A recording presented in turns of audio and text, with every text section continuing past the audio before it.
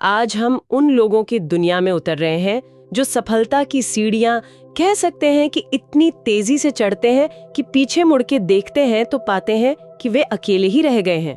हमारे पास प्रदीप शर्मा के काम से जुड़े कुछ नोट्स और लेख हैं जो उन व्यवहार के पैटर्न और मानसिक रुकावटों पर बात करते हैं जो अक्सर बड़ी उपलब्धियों के पीछे छिपे होते हैं। और ये विषय आज की इस हमेशा व्यस्त रहो वाली दुनिया में बहुत ज्यादा बहुत ही प्रासंगिक है।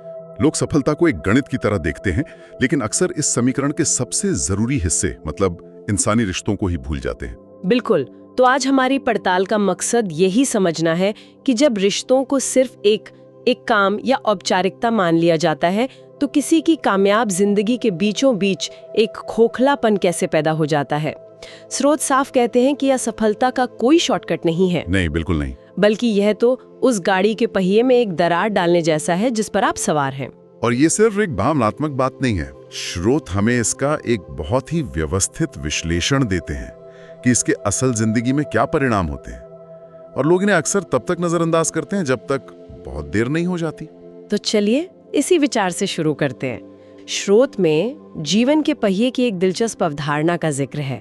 कहा गया है कि जीवन के सभी क्षेत्र जैसे करियर, पैसा, सेहत, रिश्ते, व्यक्तिगत विकास, इन सब में एक संतुलन होना चाहिए ताकि ये पहिया आसानी से घूम सके। लेकिन होता क्या है जब इस पहिए का रिश्ते वाला हिस्सा कमजोर पड़ जाता है? जब ऐसा होता है तो पहिया लड़खड़ाने लगता है, और इसके 3 बड़े असर होते हैं जो एक दूसरे से जुड़े हुए हैं। सबसे पहला और शायद सबसे हैरान करने वाला है दिखावे की भीड़ में सामाजिक अकेलापन। ये सुनने में एक विरोधाभास जैसा लगता है ना? हाँ बिल्कुल।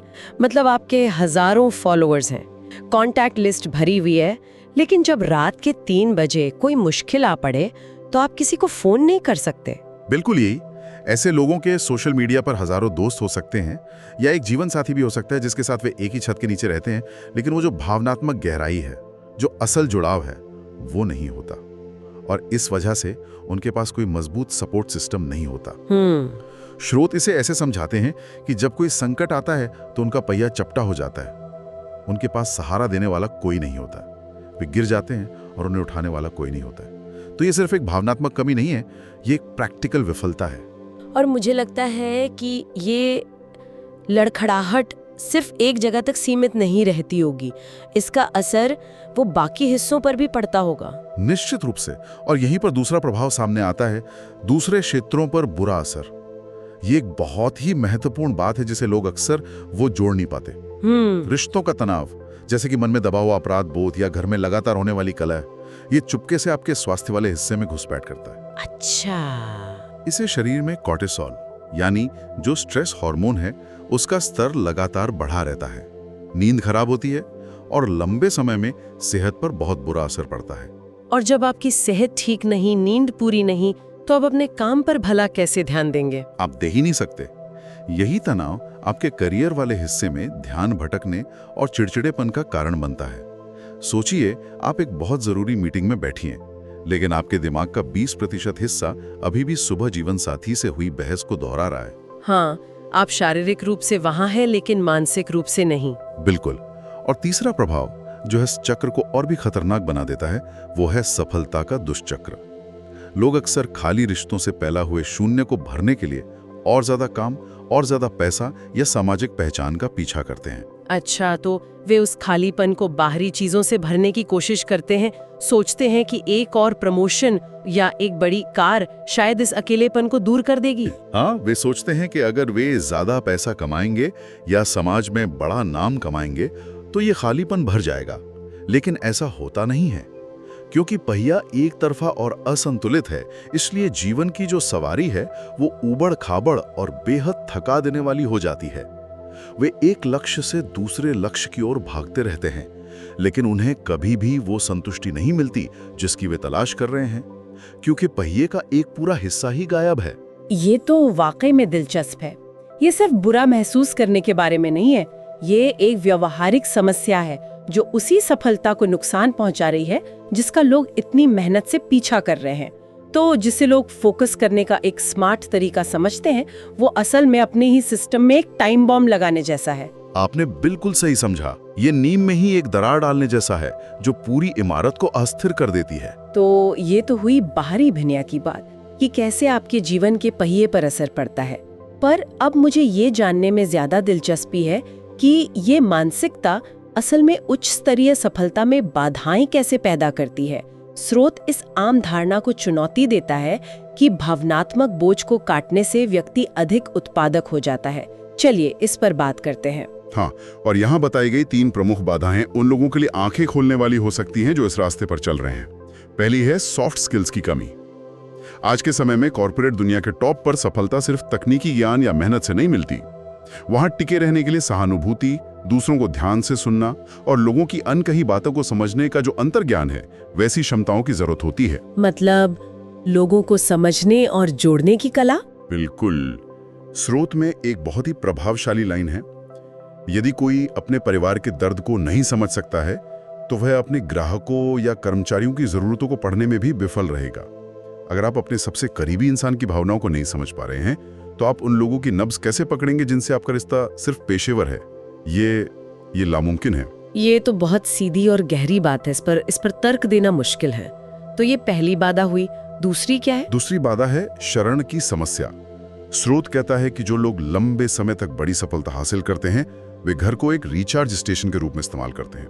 दिन भर की मेहनत, तनाव और चुनौतियों के बाद वे घर आते हैं ताकि वे आराम कर सकें, अपनी ऊर्जा वापस पा सकें और अगले दिन के लिए फिर से तैयार हो सकें। घर उनके लिए एक सुरक्षित जगह है, एक पनाहगाह। हाँ, लेकिन जो लोग अपने ही घर में अपनों को नजरअंदाज करते हैं उन्हें वहां शांति नहीं मिलती। उनके लिए घर एक और काम की जगह बन जाता है, एक और मीटिंग रूम जहां वे हमेशा सतर्क रहते हैं या बस एक औपचारिकता निभा रहे होते हैं। उनका दिमाग तभी बंद ही नहीं होता, मतलब उनके पास रिचार्ज होने के लिए कोई जगह ही नहीं है। वे 24 घंटे काम कर रहे हैं, चाहे ऑफिस में हो या घर पर, और बिना आराम के बर्नआउट होना तय है। ये बस समय की बात है। और तीसरी बाधा जो शायद सबसे ज्यादा नुकसान पहुंचाती है वो है विश्वास की कमी। इंसान वो बनावटीपन को महसूस कर सकता है, ये हमारी एक बुनियादी क्षमता है। यदि सहकर्मियों और टीम के सदस्यों को ये महसूस होता है कि कोई व्यक्ति अपने सबसे करीबी लोगों के साथ भी एक प्रोजेक्ट की तरह व्यवहार करता है, उन्हें एक टास्क की तरह मैनेज करता है, तो वे उसके नेतृत्व पर कभी भी पूरी तरह से भरोसा नहीं करेंगे। उनके मन में हमेशा एक सवाल रहेगा कि अगर ये व्यक्ति अपने परिवार के प्रति वफादार नहीं है तो वो मुश्किल समय में हमारे प्रति कैसे हो सकता है। ये एक विश्वसनीयता का संकट है। एकदम सही। विश्वास वो नींव है जिस पर महान टीमें और संगठन बनते हैं। इसके बिना आप एक मैनेजर हो सकते हैं लेकिन एक सच्चे लीडर कभी नहीं बन सकते। तो ये तीनों चीजें, सहानुभूति, आराम और भरोसा, ये तो किसी भी अच्छे लीडर की पहचान होती हैं। मतलब रिश्ते नजरअंदाज करके आप असल में लीडरशिप की नींव ही खोखली कर रहे हैं। वाह!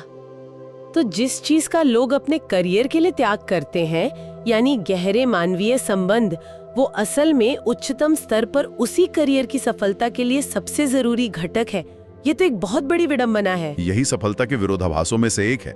जो चीजें हमें इंसान बनाती हैं, सहानुभूति, विश्वास, जुड़ाव, वही चीजें हमें पेशेवर और रूप से असाधारण भी बनाती हैं। ठीक है, अब जरा और गहराई में उतरते हैं, मनोवैज्ञानिक स्तर पर। स्रोत भावनात्मक अलगाव और अति तर्क संगतता जैसे शब्दों का इस्तेमाल करता है। ये किसी के दिमाग के अंदर असल में कैसे काम करता है? ये सिर्फ व्यवहार की बात नहीं है, ये तो दिमाग के काम करने के तरीके में ही बदलाव की बात लग रही है। हाँ, और ये समझना बहुत जरूरी है कि ये एक सचेत चुनाव से शुरू होकर एक अवचेतन आदत कैसे बन जाता है। स्रोत में बताई गई मानसिक कार्य प्रणालियों को समझते हैं। सबसे पहले है सहानुभूति का अभाव। ऐसे लोग धीरे धीरे भावनाओं को महसूस किए गए अनुभवों के बजाय अकुशल या तार्किक पहेलियों के रूप में देखना शुरू कर देते हैं। अगर कोई दुखी है तो उनका दिमाग ये नहीं सोचता कि इसे कैसा महसूस हो रहा होगा, बल्कि ये सोचता है कि इस समस्या को जल्दी से कैसे ठीक किया जाए ताकि हम आगे बढ़ सकें। मतलब भावनाओं को एक रुकावट की तरह देखना जिसे हल करना है, न कि एक अनुभव की तरह जिसे समझना और साझा करना है। बिल्कुल। और इसी से जुड़ा है दूसरा मानसिक बदलाव, लेन देन का नजरिया। उनका मस्तिष्क हर बातचीत में अवचेतन रूप से पूछने लगता है, इस बातचीत का ROI यानी निवेश पर प्रतिफल क्या है। अगर उन्हें कोई ठोस तत्काल लाभ नहीं दिखता है तो वे मानसिक रूप से उस बातचीत से बाहर हो जाते हैं। अपने बच्चे की स्कूल की कहानी सुनना या अपने जीवन साथी की दिनचर्या के बारे में पूछना उनके लिए कम आरओआई वाली गतिविधियां बन जाती हैं। वाह, मतलब दिमाग एक बिजनेस कैलकुलेटर बन जाता है। हर रिश्ते में मुझे क्या मिलेगा वाला सवाल, ये तो बहुत डरावना है। ये तो इंसानियत के अनुभव को ही खत्म कर देने जैसा है। और ये उन्हें अंदर से खोखला कर देता है। फिर आता है तीसरा स्तर, अवचेतन मन का अपराध बोध। भली वे सचेत रूप से इससे इनकार करें और बड़े बड़े तर्क दें कि मैं ये सब अपने परिवार के लिए ही तो कर रहा हूं, लेकिन मन की गहराई में वे जानते हैं कि वे एक सामाजिक और भावनात्मक कर्तव्य में विफल हो रहे हैं। ये चिंता की एक धीमी गूंज पैदा करता है जो हमेशा पृष्ठभूमि में चलती रहती है। वे अक्सर इस गूंज को और ज्यादा काम, पार्टियों या मनोरंजन में डुबाने की कोशिश करते हैं ताकि उन्हें सुनना ना पड़े। वो खुद से ही भाग रहे होते हैं। सही। और आखिरी, जो वैज्ञानिक रूप से भी बहुत दिलचस्प है, वो है मिरर न्यूरॉन का क्षय। हमारे दिमाग में मिरर न्यूरॉन्स नाम की खास कोशिकाएं होती हैं। ये हमारे दिमाग के कॉपी पेस्ट बटन की तरह है। जब हम किसी को दर्द में या खुश देखते हैं तो ये न्यूरॉन्स हमारे दिमाग में भी वैसी ही भावना को पेस्ट कर देते हैं। यही हमें सहानुभूति महसूस करने में मदद करता है। अच्छा, तो ये एक जैविक प्रक्रिया है। हाँ, लेकिन स्रोत कहता है कि जब आप लगातार दूसरों के दर्द और भावनाओं को महसूस न करने का चुनाव करते हैं तो आप असल में इन न्यूरॉन्स के रास्ते को कमजोर कर देते हैं। ये एक मसल की तरह है, इस्तेमाल ना करो तो कमजोर पड़ जाती है। एक मिनट, तो आप कह रहे हैं कि वे सहानुभूति महसूस करने की अपनी जैविक क्षमता को ही कम कर रहे हैं? ये तो मैंने कभी इस तरह से नहीं सोचा था। हाँ, और इसका एक अनपेक्षित विनाशकारी परिणाम होता है।